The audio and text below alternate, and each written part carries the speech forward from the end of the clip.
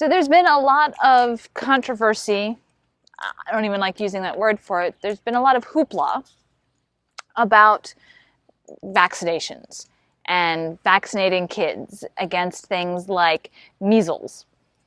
And there seem to be a lot of celebrities who want to get their name back in the spotlight by speaking out against vaccinations, claiming that they cause things like autism, which has been shown to not be the case, that there is more harm in not vaccinating than there is in any possible side effects of vaccinations, and that we need every kid to be vaccinated in order to achieve herd immunity.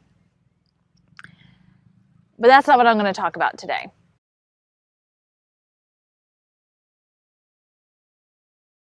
In a related topic, I saw an article today talking about teachers not being vaccinated. This hasn't been an issue because most teachers teaching today are from the generation that has that herd immunity, and most of the people in that generation were vaccinated because their parents lived through seeing these diseases and the horrible effects that they have, and probably know people that died from them or were permanently crippled from them.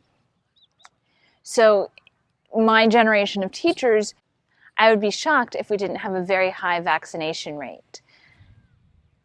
But that got me thinking that in another 10 or 20 years, we are going to have a generation of teachers that doesn't have a high vaccination rate, given the number of people that are not vaccinating their kids now.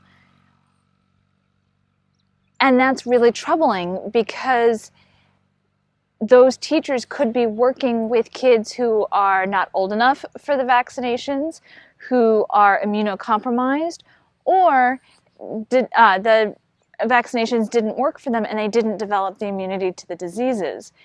And teachers are in very close proximity to these kids day in and day out. And so if you have a teacher that's not vaccinated and they are exposed to something like measles, even if they are one of the lucky ones and don't actually come down with it, they could then in turn expose their students to it.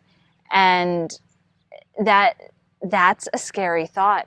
School is supposed to be a safe place to be, and eventually we're going to have to worry about whether or not teachers are vaccinated. And that's not something that teachers have to prove at this point. While students have to show that they are fully immunized or have their letter of exemption for whatever their reasons are, teachers, they don't have to provide evidence of their vaccinations. I'm wondering if this will end up being something that is done as we get a generation of teachers that have a higher prevalence of not being vaccinated. Well, thanks for joining me for Whatever Wednesday. I'll see you tomorrow for Thankful Thursday. Bye.